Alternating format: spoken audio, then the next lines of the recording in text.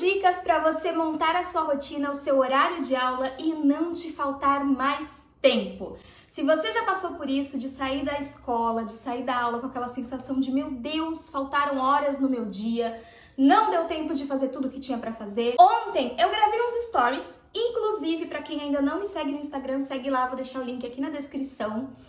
E eu tava falando sobre rotina, né? Que a partir desse segundo semestre eu vou iniciar uma nova rotina com a minha turma, do aula para um primeiro ano. E aí eu fiz uma enquete perguntando se vocês queriam dicas para criar a sua rotina, o seu horário de aula. E até o momento da gravação desse vídeo, este era o resultado da enquete. Então, estou aqui para poder dar essas dicas para vocês. Tudo que eu vou falar aqui, gente, são coisas que eu fui aprendendo ao longo dos anos, porque assim, eu já bati muito cabeça com isso. Então, primeiro assim, eu sei que tem algumas escolas que às vezes elas já até trazem essa rotina meio que pronta. Então, nesse caso, fica um pouco mais complicado. Mas se você tem autonomia, liberdade para criar a sua rotina, criar ali seu horário de aula, a primeira coisa que você vai fazer é estudar a sua matriz curricular. Vou colocar um exemplo aqui, que é ali a carga horária de cada disciplina que você tem que dar ali para sua turma. Então tem a quantidade de horas para cada disciplina, enfim, arte, geografia, matemática, porque quando você for montar o seu horário, a sua rotina, você tem que respeitar essa matriz. Então isso é muito importante. Se você não recebeu na sua escola, conversa com a sua coordenadora, com a sua equipe pedagógica e pede isso, tá? Porque isso é muito importante. E a partir disso, vai ser a sua base para você criar a sua rotina, para você entender ali o que você tem que trabalhar. Feito isso, segundo passo, gente, que é muito importante, é você conhecer a sua turma antes de qualquer coisa. Eu nunca entro em uma sala de aula, né, inicio com uma turma já com a rotina pronta. Porque eu não conheço essa turma, eu não sei qual que é a produtividade dessa turma, eu não sei se eles fazem atividade rápido, se eles são mais lentos, eu não sei como que funciona, então eu preciso dar uma sondada nessa parte. Então assim que você assumir sua turma, tira uns 15 dias para você ir testando. Então um dia você passa mais atividades, outro dia você passa menos e você vai vendo como eles vão respondendo. Isso é muito importante. A partir disso, você vai conhecer o perfil da sua turma e você vai conseguir estabelecer o que você pode propor na sua aula, né? A quantidade. E isso, gente, é fundamental. Então, muito importante também, gente, é a questão quantidade versus qualidade. Eu trabalhei durante muito tempo em escola particular. E eu falo pela experiência que eu tive nas escolas que eu trabalhei, tá bom? E conversando com várias professoras não muda muito. As escolas particulares, elas tendem a ter uma carga assim muito puxada. É muita atividade, é muito projeto, é apostila, é material didático. E aí realmente você se sente sufocado.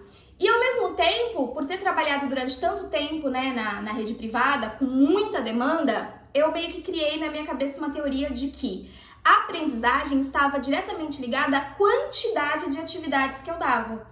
E isso foi um processo que eu fui aprendendo, estudando, entendendo que não tem nada a ver. Então, se você também tem autonomia, pense nisso, na quantidade de atividades que você vai propor. A partir do momento que você conhece a sua turma, você conhece a produtividade da sua turma, você vai saber se um dia você consegue dar tantas páginas de livro, tantas atividades no caderno, cópia de lousa.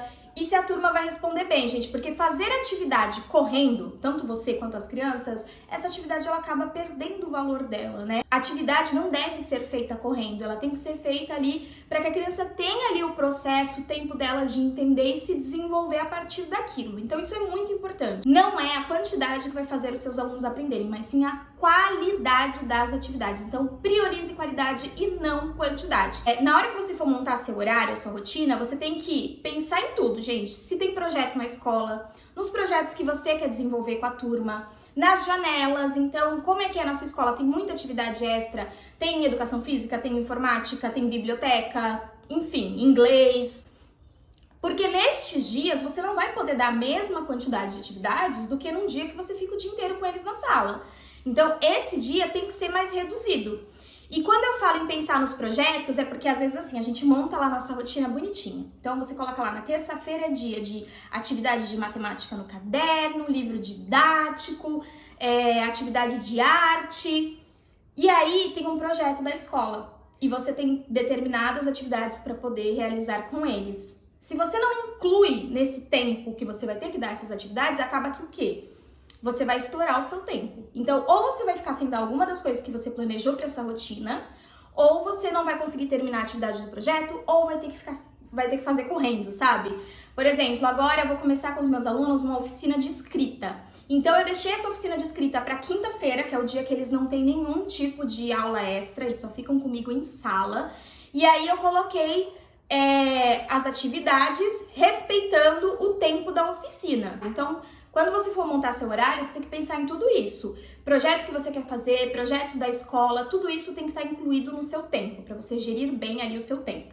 São pequenos ajustes que você vai fazendo, que você vai começar a ver que não vai mais te faltar horas. Eu sei que tem escolas que têm assim a grade de horário muito apertado. E aí nesse caso é realmente você pensar que se a sua escola ela já te dá muita demanda, já tem muito conteúdo, já é tudo muito apertado, realmente nesse caso você não tem como criar muito mais que isso, sabe? Eu sei que é complicado, eu acho ruim porque o professor fica um pouco engessado, né? Não tem essa liberdade em sala de aula. Mas não vai adiantar você querer criar mais coisas e no final das contas você não conseguir fazer nada direito, sempre fazer tudo correndo. Então é muito importante que você analise todos esses pontos, como que funciona na sua escola, se já tem muita coisa, para que você consiga organizar seu horário da melhor forma possível. Para que você consiga dar sua aula com mais tranquilidade, não sair da escola com aquela sensação de meu Deus do céu, o que foi isso? E uma coisa, gente, que parece óbvia, mas não é, porque a gente acaba sempre se pegando nisso, criou a sua rotina, você viu que funciona? Siga a sua rotina. Claro que às vezes a gente vai se empolgar, isso acontece comigo até hoje, vai planejar uma atividade maravilhosa que você acha que dava tempo para fazer naquele período, mas na realidade não dá e você vai sair da escola descabelada. Mas essas situações vão virar exceções e não a regra. Bom, gente, essas são algumas das coisas que eu fui aprendendo, que eu aplico hoje em dia para poder criar a minha rotina e fazer com que a minha aula flua melhor. Espero que possa ajudar vocês. Se você tiver alguma outra dica que ajude a organizar melhor a rotina, deixa aqui nos comentários, tá bom? Se inscreve no canal se você ainda não é inscrito. Um beijo e até o próximo vídeo. Tchau!